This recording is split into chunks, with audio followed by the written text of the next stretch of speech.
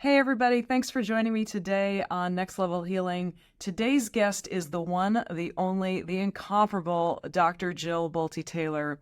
Dr. Jill's TED Talk was the first to ever go viral, seen by 29 million people around the planet. She is a Harvard-trained and published neuroscientist who had a stroke, and what she learned about that and the compartments of the brain and how they interact together is life-changing. You're gonna love today's interview.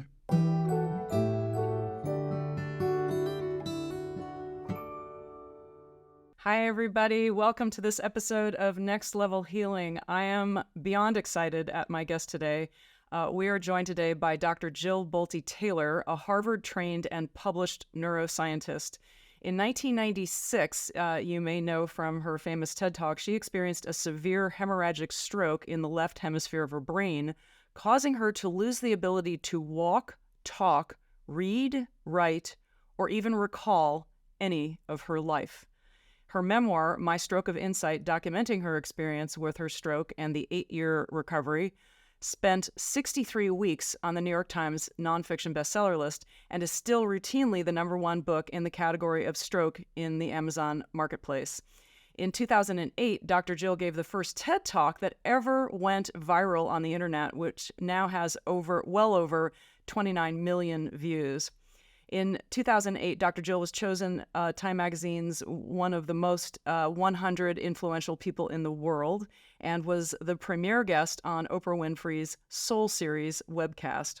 Her new book, Whole Brain Living, The Anatomy of Choice and the 4 Characters That Drive Our Life, is a #1 release on Amazon in the categories ranging from neuroscience and to nervous system diseases and stroke. And thank God it's available on Audible as well. And Dr. Jill reads it herself, which I love because I love hearing the essence of the author coming through.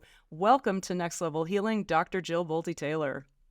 Thank you. I am so happy to be with you. I think we resonate on a lot of different levels. So I know we're many going to have a levels. very interesting conversation. Well, I am jumping out of my skin because my delicious spot of being on the planet is helping people connect to their subconscious mind and make peace with all these things that were at war. And boy, did you just open up for me where anatomically those are existing in the brain. And I've had such a great time informing other people of your book and encouraging them to go get Whole Brain Living, to understand these characters, because we tend to blame and shame so much of ourselves for our own thoughts and reactions to our world. And I always tell people, look, it's not your fault. You weren't born with a manual to your brain.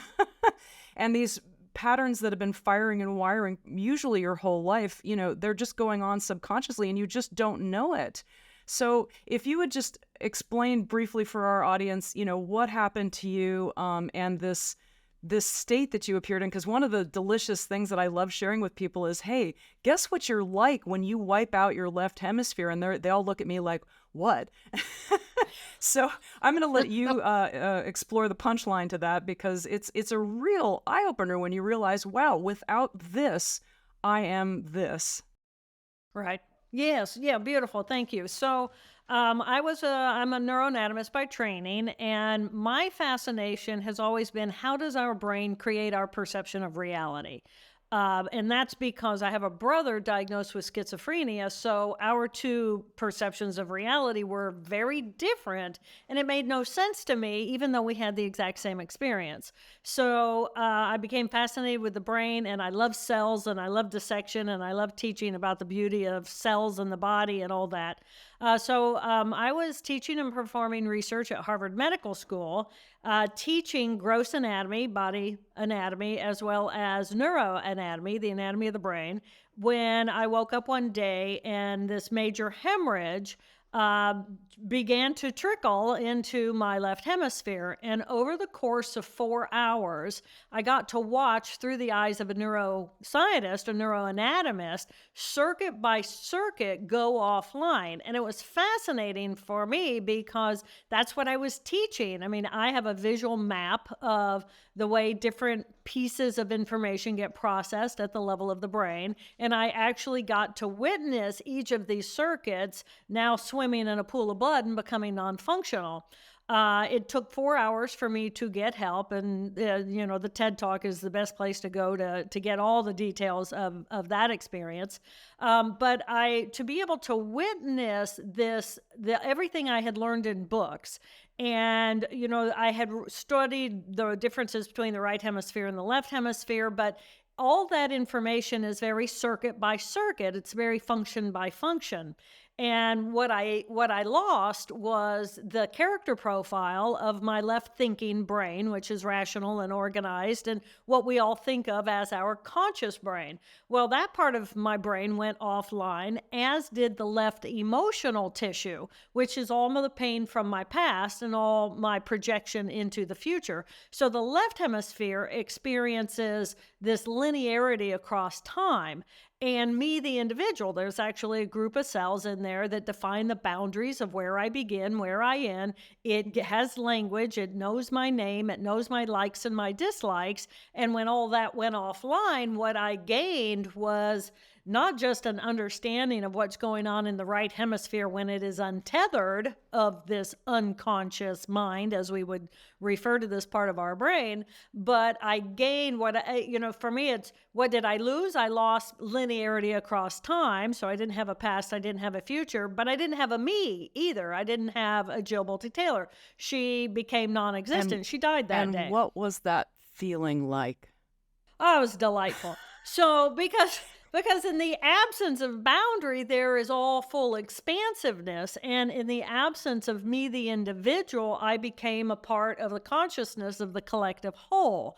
And to realize we're wired for this consciousness, it is the consciousness of our right hemisphere. So our unconscious or subconscious in the right hemisphere is the emotions of the present moment, the experiential action of the present moment, as well as this higher cognitive knowingness of the right thinking tissue of our right hemisphere. So it was delightful. And this, all fear goes away, because if you have to have these cells to generate fear. And when the cells that generate fear go offline, they go offline, just like the cells that define the boundaries of where I begin go offline. I'm now open and expansive. And when you're in the present moment, actually perceiving the information streaming in about the present moment, I become a big energy ball, literally as big as the universe. So and the beauty of learning this, of course, is to know that we're all wired for this blissful euphoria right there in the brain circuitry of our right hemispheres. I'm so grateful to have you here describing this, because whether it's through prayer or meditation or fasting or an accident, we've interviewed a number of people who have had near-death experiences. This knowingness of being one with everything. Hey guys, studies are showing that 68% of people that watch podcasts regularly don't click the subscribe button. Do me a huge favor. If you like this content, click subscribe so other people know where to go for the cool stuff. Thank you. Tell us a little bit more, just the deliciousness of that experience and how it truly changes your outlook on life forever after. The two hemispheres value completely different things. If I am an individual and I have hierarchy, I have linearity, and then if you turn that vertical, it becomes hierarchy. And we function in a very hierarchical society. We have a president for government, all the way down to the people and everybody in between. In our academic school system, we have the superintendent and the board of directors and everybody in between, all the way down to the children. And so we function in a value structure that is hierarchical, and we have me, the individual. And as soon as I, the individual, that group of cells comes online, then I'm the center of my universe. You're the center of your universe. What do you care about? You care about how things influence you and influence the people that you love. But when you get rid of me, the individual, then we become a part of the conscious of the collective whole, which means my value structure is about us as humanity, us as a species in relationship to this beautiful planet, and this interdependence, this interrelationship that is very real. And if that's the perception, then there's this incredible openness and acceptance of what is, because what is, and I'm not placing a judgment of right, wrong, good, bad. How does it relate to me? I want more.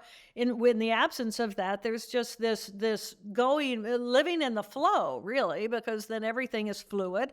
We are fluid, existing in the fluidity of an electromagnetic radiation of which we are in. It is in us. We're in this fluidity. And when you come into life as a human with that as your value structure, you make very different decisions than if you come into life as me, the individual, and where am I, what is mine, who is my tribe, what do we have in common, as opposed to my curiosity of allow me to go explore things that are not familiar, because there's the absence of fear. How long were you in that state of not having an identity, not knowing where you started and the rest of the world, where you stopped and the rest of the world started, and just being an awareness Yeah. before you? What was it like? What was the time period? And I imagine time didn't exist for you in that state. Well, it was 8 years. 8 years. It was 8 years. Yeah, it was 8 years before I would describe myself as a solid. I existed as a fluid, Oh and my and now that, goodness. but that did not mean that circuits in the left hemisphere were not coming online, because they were skill sets. I mean, as far as I was concerned, I lost all these circuits, and the circuits are skill sets. But one of the skill sets is my ability to perceive that my skin begins and ends here, and this nose is of me, but these glasses are not of me. So I could learn those things, but my experience of myself in relationship to everything lasted for 8 years. And it was a sharp moment when I realized I was a solid, and that was when I decided I was completely recovered. So when you're living in that sort of bliss state of, I would call it ananda, but not knowing where you stop and the rest of the world starts, where do you get the motivation to succeed? Because if you're not an individual that has a goal that's worthy of going after, how did somebody who helped you walk through this process? Well, it's different to say, although I was not an individual, I still had motivation, and I still had impetus toward something. But my impetus toward was for humanity, not for me, the individual. So I wasn't regaining my abilities simply for me to rebuild the construct of my left hemisphere so I could be an individual and go back to being what I was, because that was actually the last thing that I wanted. I wanted to recover as little as possible for people in our society to view me enough like them that they would listen to what I had to share. And in our society, if we don't have language, we're pretty much on the sideline of our humanity. So I had to regain language. And my mother, Gigi Taylor, my mother, she reared me twice. This girl, she just brought me back, and she set me up for success. And she was a college level mathematician. She loved analytical geometry and calculus. And I mean, to her, that was delicious. And to me, it was like, I didn't even know what a one was for 4 years after the stroke. I mean, it Wow. was like, oh, so sorry, mama. But she set me up for success. But the goal for me was, if we as a society understood that we are wired for peace right there in our own right hemisphere, if we knew that and we trained ourselves to access that more often, then we would live more peaceful lives. We would project peace into the world, and the world would become a more peaceful place. So that was my motivation. So it wasn't that the motivation was gone. It was what was the point? of the motivation. And it wasn't about me, because the life I had before. I was, a golden girl, rising star at Harvard, and in the Harvard Medical School, doing what I was doing and my research and all that. And it was like, boom, that's gone. So that'll never come back. And I truly believed that that would never come back. But once I realized I could redo that, it was like, that's not my calling Yeah, anymore. explain, because again, we've had people on the show before. One, Karen Johnson, she was a federal judge, and then when her son ended up ODing, she left all that because she felt a much stronger calling. So please describe for us the experience of being at the top of your game, but not having the sense of satisfaction perhaps that you do now when you experience the shift in beingness and wanting to put that out to the world. And obviously the Yeah. world is hungry for this, because otherwise there wouldn't be, more than 29 million views of your TED Talk. Yeah. Yeah. I don't know what it's like to be inside of another human, because I'm not there. I'm only inside of my humanness. And meaning and purpose stem from the right hemisphere. I can make all the money in the world. I can rise to the top of whatever I'm going to rise to the top of.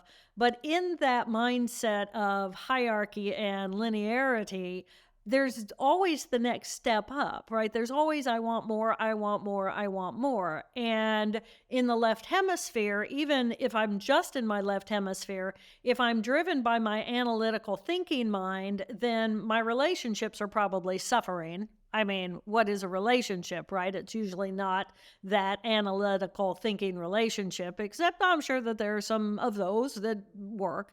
But a lot of that drive toward more is driven by the emotion of the left hemisphere of, I need more, I need more, I need more, because my self-image, my identity, that group of cells measures itself against your group of cells based on external material things, Well, in like that kind power. of world, isn't a relationship more like a negotiation? Like, yes, Yeah, I give you this and you give me this, and so we've got a business right. transaction more than just Yeah. a I love you to the moon and back.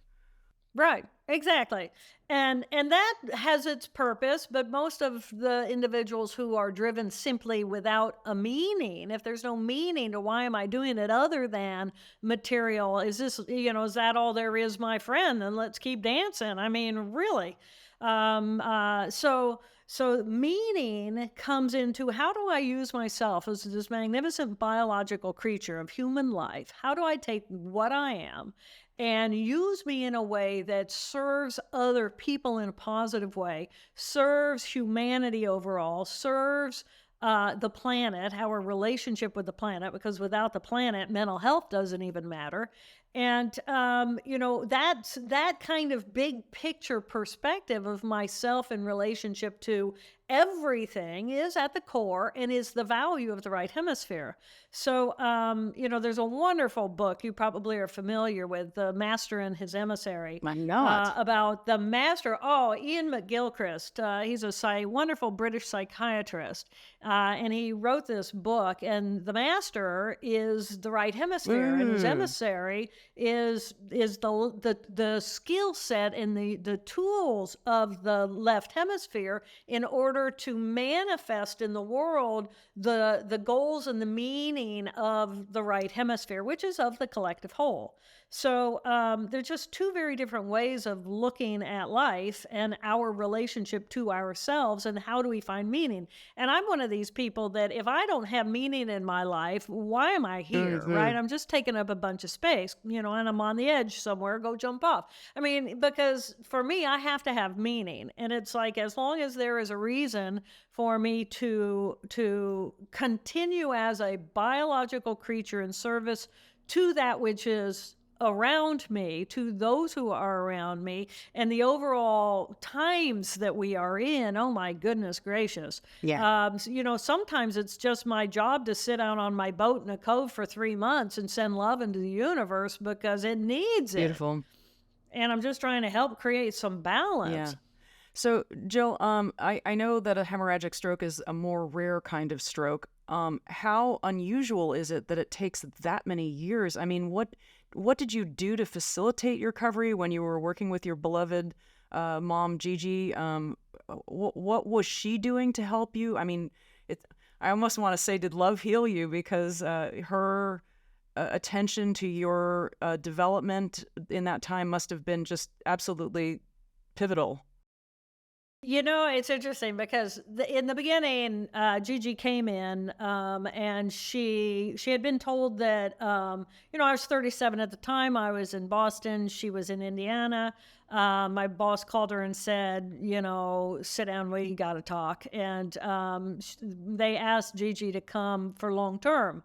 And so Gigi arrives on the third day, and I didn't know what a Gigi was, much less, I didn't know what a mother was, much less my own.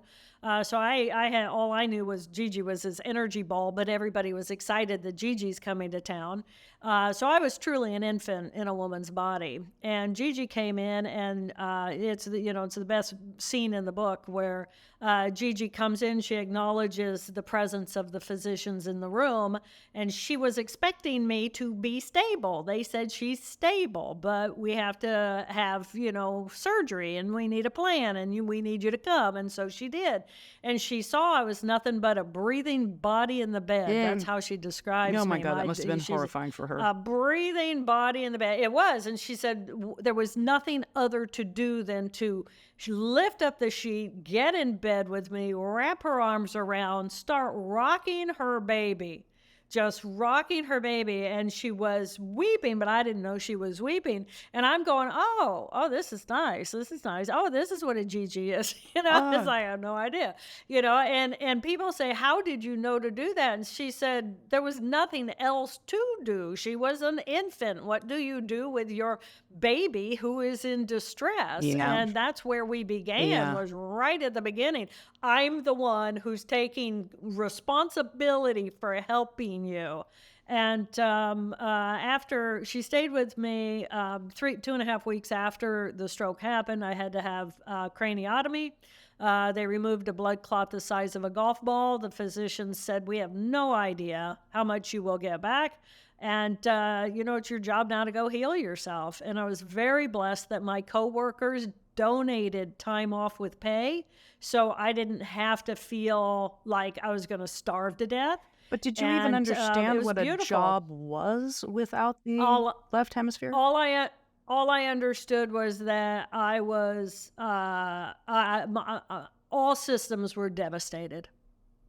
All systems were devastated. And did you have a feeling about that? Because, as my meditation teacher says, you can't have a negative emotion about something until you have a thought about it. So if you couldn't think about it, that's not true. Oh, okay. You can eat. We are feeling creatures who think. Right. We are feeling creatures who think. All the information streaming in from the external world coming in through our cranial nerves and sensory systems goes directly into the limbic system. Right. Whether we have a thought about it or not. So you can feel fear and you can feel danger even though... Absolutely. Okay. Absolutely. And not know why. Right. I mean, I can be walking in a dark garage at night and see something, need to take the elevator up to my thing and see a warm body in there and just have an overall sense of knowingness of that's danger, don't go in there, without having the thought. So it's true. Thoughts stimulate emotions, stimulate a behavioral, physiological response, but we don't have to have the thought. Well, and a lot of it's also so deeply wired in there because they've done studies with mice, which I can't stand animal studies, but if they subjected the mouse to the smell and the electrical shock, yes, all you had to do was have the smell and the animal would react, but also the next generation and the next generation and the next generation, when they got exposed to that smell, would react as if they were getting an electrical shock. So we have a lot going on in our nervous system that is connected to that reptilian brain. Yeah, and smell is different. Smell is the only sense that doesn't go through the thalamus. Mm. So the thalamus is like information comes in and it goes to the thalamus, and then the thalamus is going to figure out, okay, where's the next step? Olfactory sense of smell goes directly into the limbic tissue. And it does that for two reasons. One, I have to procreate. I have to be able to find a mate, and I do that with my nose. And second, I have to save my life, but I have to eat, and I have to be able to tell if that food has poison or not. So smell is a little different than the others, but you don't have to have the thinking. I mean, if you look at other mammals that don't have the higher thinking cortex, they still have reactionary behavioral patterns that happen at the level of the limbic system. Now, the thinking tissue on top is designed to regulate and modulate what's going on below, and it's supposed to what's going on below in the limbic emotional is designed to inform what is going on in the tissue above. So they end up with this very intimate relationship, which is, as humans, we end up with these two very emotional different groups of cells doing very different things based on very different values, and then two thinking groups of cells that also have very different values based on the tissue below. So the insights that you gained from this experience, which you so beautifully captured in Whole Brain Living, you actually describe, and I love this, the four main characters, two in our right brain, two in our left brain. Would you share for our audience what those characters are up to and why it's so important to learn the brain huddle? Yeah. So it's kind of like, I call this whole brain living because as we started out, 1/4 of our brain, the world declares, the scientific community declares as conscious. And then our emotional selves, and there happens to be emotion in the left hemisphere as well as in the right hemisphere. That's part of the unconscious or subconscious. And then the right thinking tissue, well, the whole right hemisphere is part of the subconscious because it doesn't use language. It communicates in biological, physiological response. So, which is its own form of language, but it's not verbal language, which we as a society value so much. So as we look at the anatomy of the brain, we're going to have the reptilian brain, which is the brain stem and is part of the thalamic system. These are on-off switches. I'm hungry, I eat. I'm not hungry anymore. I want to mate, I mate. I'm done with that. So great. It's nice to have that level of simplicity. But then new tissue gets added on top for the difference between a reptile and a mammal. And so the new tissue on top is the emotional or experiential tissue of our limbic system. And so all the information now is streaming in, and the first level of cortex that it's going to hit is these two amygdala. But we have two amygdala, not just one. And so we have two amygdala, which is alarm, alert, alert. Do I feel safe? Because I'm a biological creature and I could be dead in an instant, right? So my awareness of threat and danger in the external world has to be constant and key. So we have this amygdala. Right next to that is the hippocampus. When the amygdala is calm, then the hippocampi turn on, one in each hemisphere, and then information can get hot to the higher level of the next level, which is the thinking tissue. And in the human, our cortex is approximately twice the thickness, double the thickness number of cells. So we've got other things going on than other mammals do. But all mammals are different. And if you look at comparative anatomy, it's wonderful because we all share all these different parts and we all have different abilities. And wouldn't it be cool to have echolocation, right? But I don't have that because I don't have that wiring. But anyway, What so is we end up with echolocation? these. Oh, if you, bats, Oh. bats will echolocate. So if you throw a rock into the sky, all the bats will go after because they're sending out a sound. And then the sound bounces off of whatever's out there. And then they locate based on the echo of the sound of that reverberation.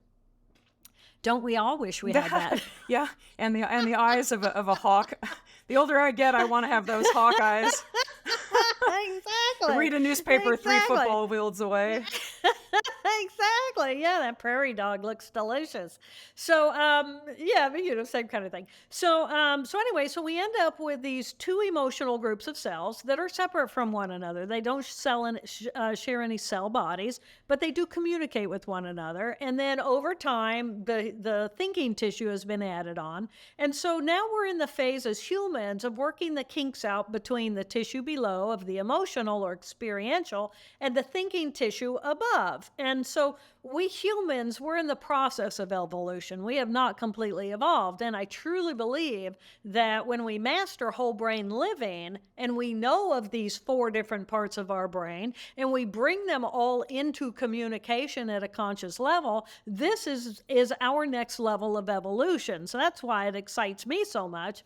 So back to your last question though, of that was my motivation. If people knew that we had these different groups of cells and we could get to know the character profiles that each of these skill sets ultimately feel inside of our body, that means each one of us has four very specific characters. And, so even in any relationship of you and me, if there's four of me and four of you, there's eight of us in here that we have to navigate. Well, as Byron Katie likes to say, no two people have ever met each other. And that's part of the reason why, is because we all have these characters inside of us that are all playing these roles.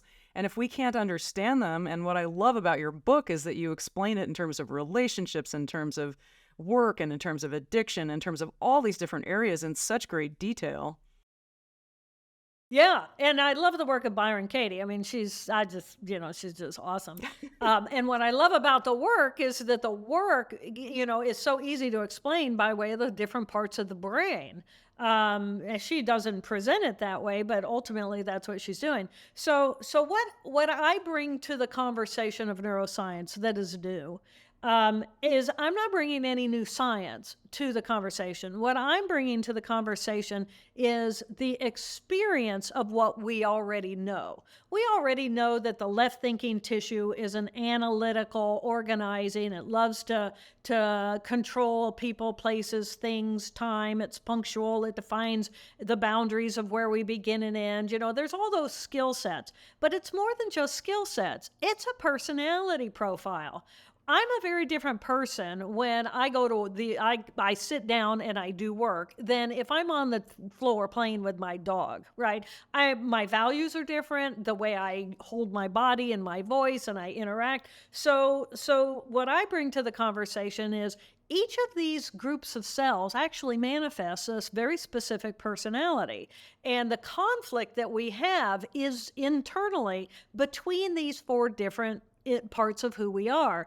And when we understand each of these four parts of who we are, why they're driven to be the way that they are based on their value structure and what they're good at, and we learn to appreciate all four parts of who we are, even the parts that we might say we don't like or we'd like to get rid of, oh my gosh, without that part of our brain, we cannot learn and we cannot grow. And I don't know about you, but I want to be able to learn and I want to be able to heal myself, heal my pains, heal my conflict using the healthy parts of my brain that know how to love me. Oh my gosh, what a concept. We are capable of self-nurturing. So by getting to know these four different profiles inside of myself, I get to choose who and how I want to be in any moment. And to me, that is total personal freedom. Describe for our listeners quickly what the four personalities are, what their jobs are. And then I love the way you describe it as like a sports team, because it's true. Different people on a team have different strengths, and you don't want to just kick off a member of the team for one reason or another. You want the team to come together all Right. to, head in the same direction. Yeah, exactly. So, okay, so everybody visualize in your left hemisphere, what does it value? First of all, the left hemisphere has linearity across time, and it values me, the individual. So the left thinking tissue of that higher cortex, left thinking tissue, this is the part of me that is very analytical. Thank goodness. 1 + 1 = 2. For most of us, there's no emotion in that. A is followed by B is followed by C. There's no emotion in there. It's simply data and the data processing, So it's and it's going to categories and judgment and concepts. concepts. It's going to define what is right, what is wrong, what is good, what is bad. It's going to try to take me and fit me into the social norm of the external world. Okay, that's the job. And thank goodness we have that, right? This part goes to work. And it's our A-type personality, and it gets stuff done. And I encourage people to name the different parts of who you are. And I call that part of me, character one, left thinking, Helen. Hell on wheels, she gets it done. And she speaks us in a certain way. She holds my body in a certain way. She puts on my glasses. She puts on my earphones. She hangs out in the office. She hangs out on the computer for meetings. She's very predictable. She runs everything on a list. She's a great part of who I am, and I lost her completely. And I'll tell you, when she came back online, she wanted to take over my brain again. And the rest of me are going, we are so glad you're back. But no, we got a democracy going on in here, and we're going to vote for who's in charge. And what was the visceral feeling sensation of going from being you call her a Helen character, that organizing, I call her the autocrat in my world. It's the one that is Same controlling and wants it her way. What's the sensation and experience of life and relationships and work not coming from that, but coming from a more whole brain experience of life? Well, I feel peace. I feel peaceful because, I did not, as I said earlier, I was, my agreement with myself when I didn't have that character. And this character number two, which is the left emotional of linearity across time. This is all the pain from my past. So any of the pain, any of the disappointments, any of the trauma, any of that was gone.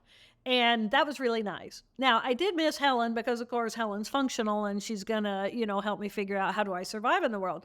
But my little character, too, I call her Abby, which is short for abandoned, because the minute I came flying out of my mother's womb, big trauma, right? We all experienced that. And so to me, that was kind of the original abandonment. So I call her Abby, little Abby, and I love little Abby. But little Abby is all my pain from my past. But I'm grateful for the pain from my past, because pain is nothing more than energy, whether it's an emotional pain or whether it's a physical pain. It's cells running in circuits, screaming, giving me this sense of pain. And what do? We get loud, we scream, we push it away, or we squash it down, we ignore it, we cut ourselves off from it. But no, pain is beautiful. It's just energy. And the next time you're feeling pain, just remember it's just energy. And even if it's like you kick your toe, think about that excruciating scream of energy, but that's what it is. And then it dissipates very quickly. So explain why pain is beautiful, because most people would not see it that way, especially right in the middle of it. And I know that it can be, because it's a catalyst for change. It is. And it's a lot of energy all bound up there. So explain exactly when you say it's beautiful. Exactly. Okay. So it's waving a flag. You're a biological creature made up of some 50 trillion beautiful cells that are all working together and communicating as one big organism. And so if you hurt yourself and you get a cut, or you whack your toe, and then boom, your system is so sophisticated that those cells, now you're having some tissue damage. And in the tissue damage, there's a breaking apart of the cells, and the cells then have particles that stimulate the pain nerves. And so pain gets sent to your brain and it says, hey, we got a problem down here. Well, isn't that a lot better than if you have no idea whatsoever that you got a problem, and 3 weeks later you got to lose your leg because you got gangrene, and there are nobody biologically told you. people who don't have pain, and their lives are totally not functional because they're so it's vulnerable. Horrible. And they're absolutely 100% as a vulnerable creature. So the beauty of pain is it is your body's warning system. Same thing emotionally. So let's say something happens and I feel jealousy. jealousy is just energy, but it's on a circuit that is real, again, waving the flag. What is going on? Now, I can just act on the jealousy and be completely unconscious about that and just have live my life as a jealous person, or I can actually look at that and say, what is this about? Why do I feel threatened by this scenario? Where does that circuit come from? Can I identify in my past? So the pain is what I'm saying is the big wave of the flag of this needs some attention. These cells are screaming for a pattern response that says danger, and I need to then go back and explore and see that maybe in 20 years ago this happened, and now this smells the same to me, right? It sounds the same, it looks the same, it seems the same, and it's going to get the same response. But it's like, but that's 20 years ago, and do I have the capacity to really explore this in a healthy way in order to find my way through that toward a greater level of health? And I that's often the describe power. people as being an iPhone 14 operating on iPhone 4 technology. So I mean, truly, the trick Yeah, is just getting yeah, the upgrade and reprogramming the brain so that it's operating in present day with present day tools rather than. And as you said, exactly. just being born on planet Earth, and I love Stanislav Grof's work because he did holotropic breath work with 35,000 people, and truly, all of us have some birth trauma. I mean, holy cow, Yeah. being born is really Oh traumatic. my God. It's traumatic. Oh my God, it's huge. It's just a massive So we all have a physiological little shift. Abby in our body somewhere going, We wait, do. life can be dangerous. And Right. so Right. you've got character number one, which is the Yep. categorization. Okay, I've got a schedule, I've Yep. got to be somewhere at a certain time, I've got to accomplish certain things. And then you've got little Abby, who's also in the left hemisphere, going, wait a minute, danger, danger. I sense, I feel, I experience something is going on, that alarm bells are going off. Yep. And then there we've got the whole blissful right side of your Yeah. brain. Well, what's that Right. going on there? So the limbic tissue then in the right hemisphere. First of all, right hemisphere is right here, right now, whether it's the emotional tissue or the thinking tissue that stems from that. So character three, I call it character three, is the right emotional tissue, which is experiential. It's all right here, right now, and it's not about me, the individual, because I exist over there in that other hemisphere. So this, if I'm just here in the present moment, and I'm not about the right, wrong, good, bad, and I'm not in the box of my own pain from the past, but I'm really just right here, well, I'm curious. And in that curiosity, I'm exploring something new. And as I explore something new, I become creative, I become innovative, I tend to be pretty friendly in the present moment, because why wouldn't I be? And so there's this innate joyfulness and also a childlike nature, not childish, which is kind of more that character two, little Abby, when she doesn't get her way. But character three is just doesn't care what the way is. It's just there and happy, and it's kind of likes to be with others. So it's very I've never used this verb, but it's kind of or adverb. It's kind of millennial. It's I was collective, just going to say, you do and this wonderful job of describing humanity in America over the years by what each generation was dealing with, and yeah, which of these sections were firing and wiring the most for these people. And again, it's like a team that needs to yeah. get along and understand who is bringing to the, which element people are bringing to the table, because we are all of these things. We're all of it. Yeah, yeah. And so there's this really joyful, playful part of who we are that is designed. This is really where our genius is, because first of all, it has an impetus toward. It's an action. It's experiential. It's receiving and it's responding to the experience at an emotional, physiological level. So as I dive into the water in the present moment, it's the part that feels the pressure against my body. It feels the temperature. It feels wet. And in that, there's this celebration of, oh my God, I'm alive. And it's exciting and it's interesting. And I want to share that with you, because let's go explore. Let's just blow time. Time is gone because it's off in the left hemisphere somewhere. So let's go get lost in the flow. Let's go do some art. Let's go get lost in the time of excitement, whatever it is we're doing. And whatever we're doing is good. Now, that's not to say that this part of ourselves has any consequences of behavior.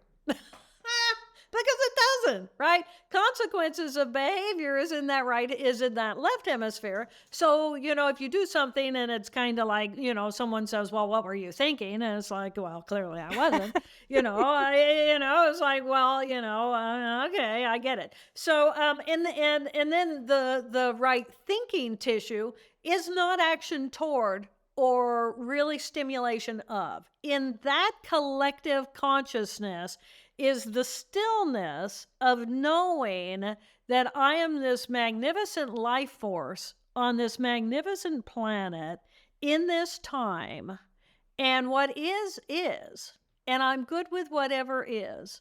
And that means in this moment, an immense sense of gratitude that I'm alive, that you're alive, that we, oh my gosh, have all these tools. Helen has this language for me to use. Abby has these emotions for me to experience. That whole left hemisphere has me, the individual. Oh my gosh, I'm an individual. I'm not just a big energetic blob of 50 trillion cells like a bunch of amoebas floating in the ocean. Oh my gosh, I'm a human being. And there's just this awareness and awe, and it feels like love. And it's, to me, that was the greatest gift of the stroke. Was I lost characters 1 and 2, boom, they were totally offline. Character 3 was wiped out because I was a lump of lead in the bed. I had no energy. I was completely not capable of any effort. And that left me sitting in a state of this beautiful, what I call queen toad, queen because she's a queen of the universe, and toad because she's a little goofy. And I think this is a story that we've heard so many times of people who have crawled up the ladder of success and they've gotten really rigid, and they've got the schedule down, they've got the performance down, they've got this, but they're inside, they're just empty shells. And they've lost that playful, in the moment character 3 that you just described, which, I mean, that's part of the essence of a successful life is the balance between all these things. So that's the treasure of what your book is describing. So continue with the rest of the right brain and what's going on with 3 and 4 there. So here we have these, and just in conjunction with what you said, if you've got this really strong character 1, character 2, which views the other parts of who you are or the other parts of others who are around you with contempt or disrespect, then you might want to check out your own little character 2 and see what's actually going on. What happened along the way that caused you to shut down your playful, joyful. And if your character 1 thinks your character 3 is doing nothing but wasting time, then you're not going to gain the benefits. And the physiological system of our stress is character 1 and character 2. And it is in that judgment of right, wrong, good, bad, and pushing the calendar and pushing the clock and just push. But the biological creature is not a machine that you plug into the wall, you turn it on, and you leave it on forever. The biological creature requires a push and a pause. It's cycle. There's this wonderful push. There's this wonderful cartoon of people coming to people who lived primitively and bringing them a computer and saying, "Here, we bring you technology," and then the next screen is, "We'll be back next year with antidepressants." Exactly.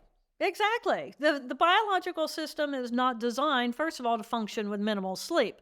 So let's just touch on that, because when you ask me how did my mother set me up for success? That's what my mother did. My mother believed, as an educated person and as the mother of a person with schizophrenia, and as my mother, the mother of, she called me her Harvard doctor daughter, all brain, brain, brain, brain, brain. Brain was a big subject in our daily conversation. And my mother believed that my brain knew better than anything, any person outside of my brain, what it needed in order to recover. So she said, she set me up and she followed my natural rhythm. And my natural rhythm meant 12 hours of sleep. And if I wanted to sleep for 12 hours, she let me sleep for 12 hours. And then when I woke up, she was there to tend to me. She took me to the bathroom. She gave me food. I eventually, after a few weeks, shifted to a 6-hour cycle. And so during those any moments that I was awake and alert, we went to school. I mean, she had to teach me what a color was. You know, she had to teach me how to see color because my brain couldn't identify and differentiate color anymore. So sleep to me is a critical time because it's when, I mean, if you push, push, push, push, push, your little cells, and your little cells are little creatures, and they eat, they create waste. They're pooping. And if you, when you sleep, the garbage cleaners come in and clean up the Yeah, it's waste. the lymphatic system. We've known about the lymphatic system forever, but the lymphatic system has to get rid of a 1/4 ounce of toxic material every night. And if you don't get that sleep, you ain't getting rid of that toxin.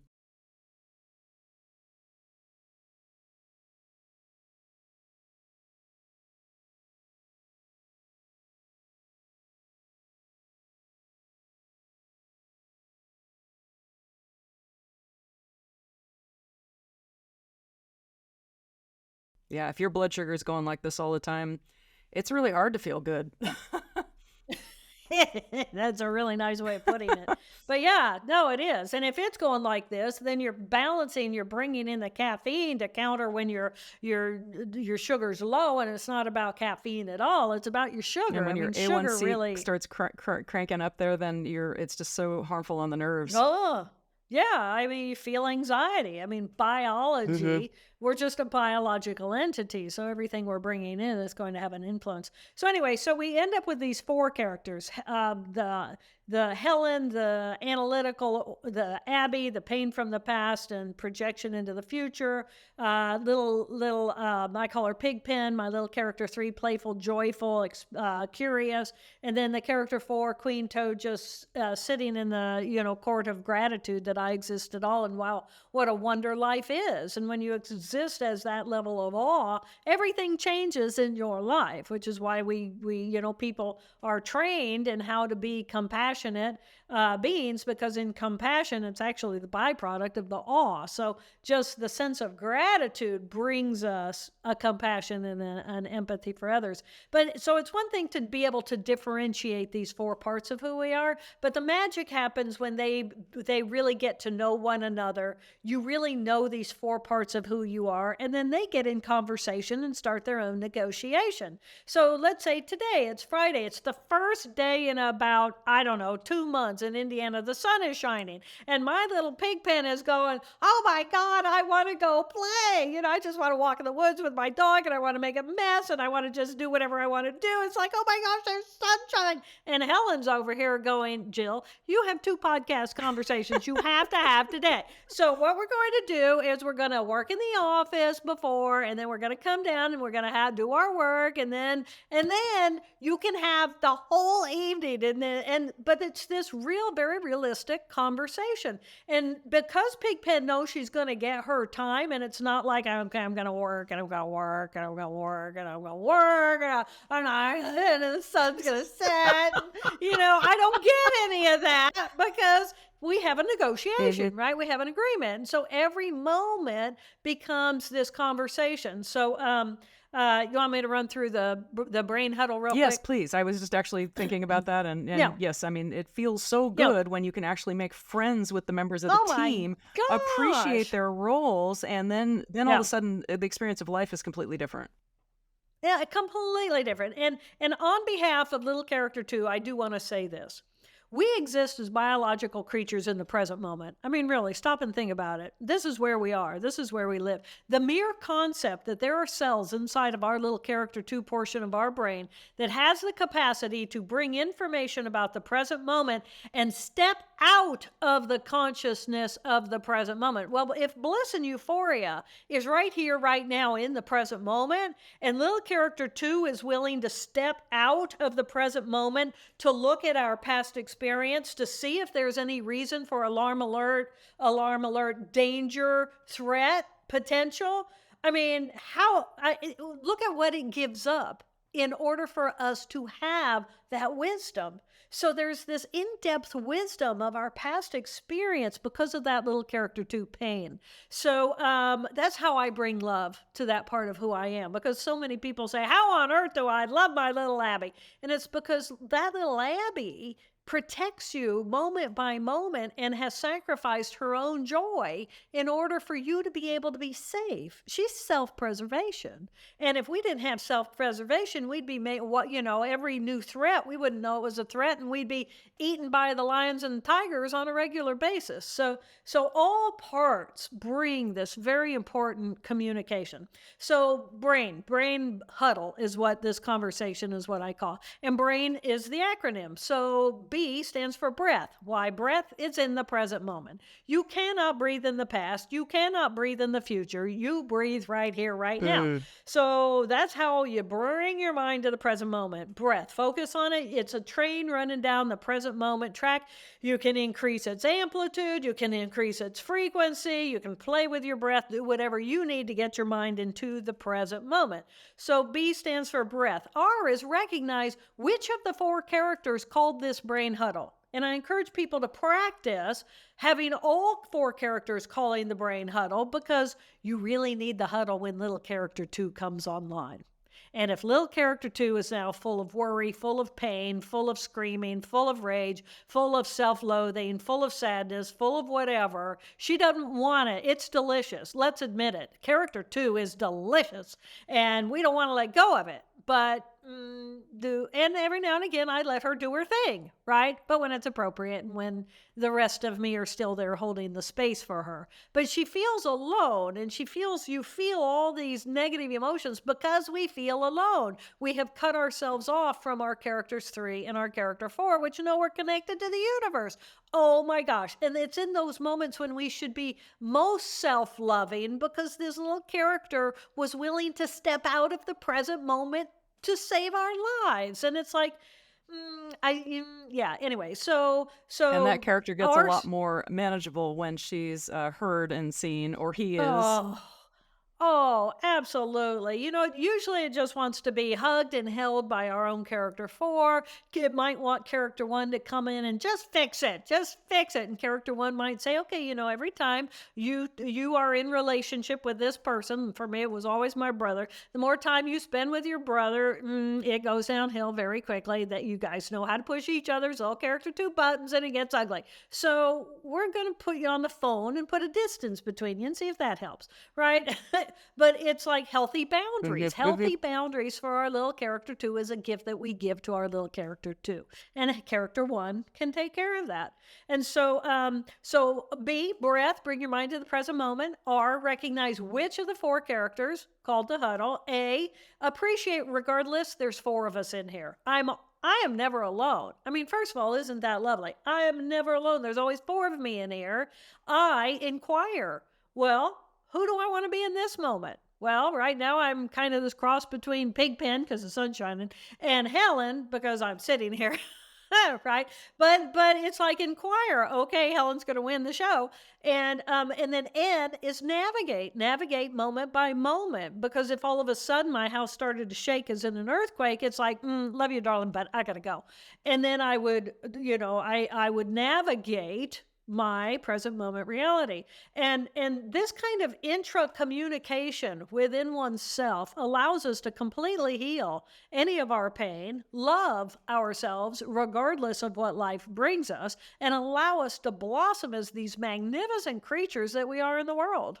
And I love how you said that the outcome of that is peace, because I find when I'm working with people that is a profound outcome to the work, and something a lot of us don't for much of our lives feel on a deep level. I used to feel like I was hanging on to the side of an iceberg, and when the problem is buried in the subconscious mind, it really is rather challenging to get Right. to.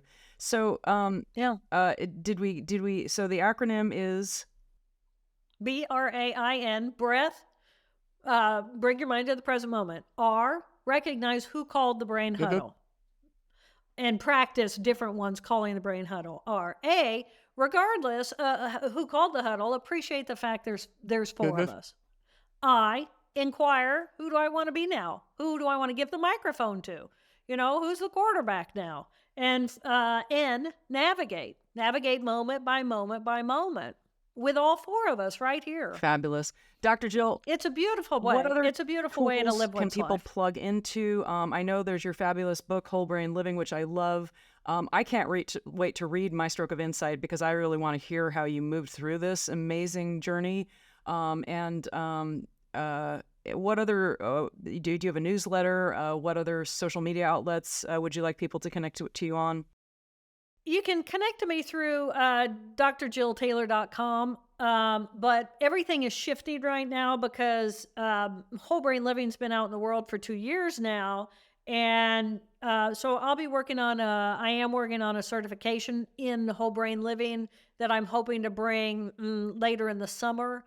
I do a deep dive of a 5-hour dive it's 4 meetings, 75 minutes a night a week for a deeper dive into whole brain living. I'm working on 2 manuals, one for the use of whole brain living for the certification programming and just for people who want to dive deeper. But I'm also bringing it as an awareness for the psychedelic journey because, that's taken in the world like a storm.